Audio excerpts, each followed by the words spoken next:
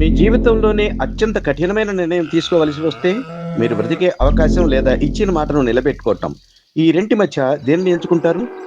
ఇది గౌరి అనే ఒక సున్నితమైన, ప్రేమమయమైన ఆవు కథ.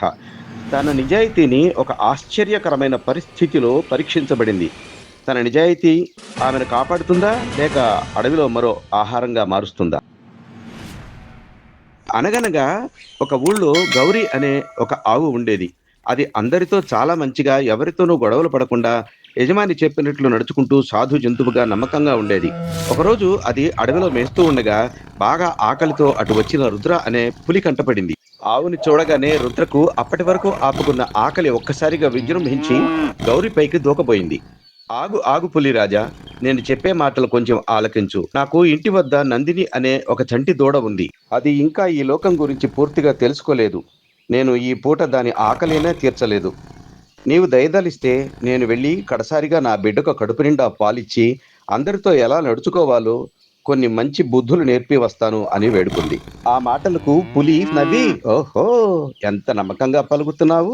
చేతికి దొరికిన ఆహారాన్ని వదలడానికి నేనేమన్నా పిచ్చివాణ్ణా? చాలా ఆకలి మీద ఉన్నాను. నీ మాయ మాటలకు పడిపోయి నేను వదులుతాననుకున్నావా అన్నది. అయ్యో పులిరాజా, నన్ను నమ్ము. నేనెప్పుడూ అసత్యమాడలేదు. నువ్వు దయదలిస్తే వెళ్ళి నా బిడ్డకు కడుపు నిండా పాలు ఇచ్చి వస్తాను. నిన్ను మోసగించి నేను బ్రతకగలనా? అయినా ఆ అసత్యపు జీవితం నాకు ఎలా? ఆకలితో అలమటిస్తున్న నీకు ఆకలి తీర్చడం కన్నా పుణ్యకార్యం ఉంటుందా? నన్ను నమ్ము అని ఆవు వేడుకుంది. చివరకు పులి ఆవు మాటలు నమ్మి, సరే వెళ్ళు, కానీ మళ్ళీ తిరిగి రాకపోయావో, ఈ రోజు కాకపోతే మరో రోజైనా నువ్వు నాకు చిక్కకపోవు. అప్పుడు చెబుతా నీ సంగతి అంది. ఆ మాటలకు ఎంతో సంతోషించిన ఆవు ఆఘమేఘాల మీద ఇల్లు చేరుకొని తన బిడ్డకు కడుపు నిండా పాలు ఇచ్చి, బిడ్డ, ఇదే నా ఆఖరి చూపు. మంచిదానివిగా మసలుకో. బుద్ధివంతురాలుగా యజమానికి సహకరించు. తోటివారితో సఖ్యంగా ఉండు. ఎవరితోనూ గొడవలు పడవద్దు. జీవితంలో ఎప్పుడూ అబద్ధం ఆడవద్దు. సత్యాన్నే పలుకు. అదే నీకు మేలు చేస్తుంది. అందరిలోకి మంచిదానివిగా పేరు తెచ్చుకో. జీవితాన్ని సార్థకం చేసుకో అని మంచి బుద్ధులు చెప్పి సెలవు తీసుకుని తిరిగి అడవికి బయలుదేరింది. అడవిలో ఆవు రాక కోసం అసహనంగా ఎదురు చూస్తున్న పులికి దూరంగా ఆవు రావడం కనిపించి ఆశ్చర్యం కలిగింది. ఆహా, ఈ ఆవు ఎంత నమ్మకమైనది! అన్నమాట ప్రకారం నాకు ఆహారం కావడానికి తిరిగి వస్తున్నది. ప్రాణం కంటే ఇచ్చిన మాటే ముఖ్యం అని భావించే ఈ ఆవు ఎంత గొప్పది! ఇలాంటి సత్యవంతురాలిని చంపితే నాకు పాపం తప్పదు అనుకుంది పులి. ఆవు దగ్గరికి రాగానే, ఓ గోమాత, నీవు మహోత్తమురాలివి, గొప్ప సత్యవంతురాలివి.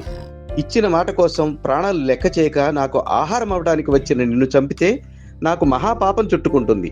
నిన్ను హేళన చేసినందుకు నన్ను మన్నించు. నా ఆకలిని ఈ రోజు కాకపోతే రేపు ఏదో విధంగా తీర్చుకుంటాను. నువ్వు ఇంటికి పోయి నీ బిడ్డతో హాయిగా జీవించు అన్నది రుద్ర. ఆవు గౌరి ఎంతో సంతోషంతో ఇంటికి చేరి తన బిడ్డ నందినితో కలకాలం హాయిగా జీవించింది. సత్యమేవ జయతే, ఎప్పుడూ సత్యమే మాట్లాడేవారు చరితార్థులవుతారు అని మైలో తన ఫ్రెండ్స్ అయిన తారా, అద్వైత్, హితులకు చెప్పాడు.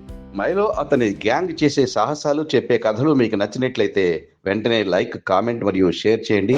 ఇంకా మా ఛానల్ని సబ్స్క్రైబ్ చేసుకోండి.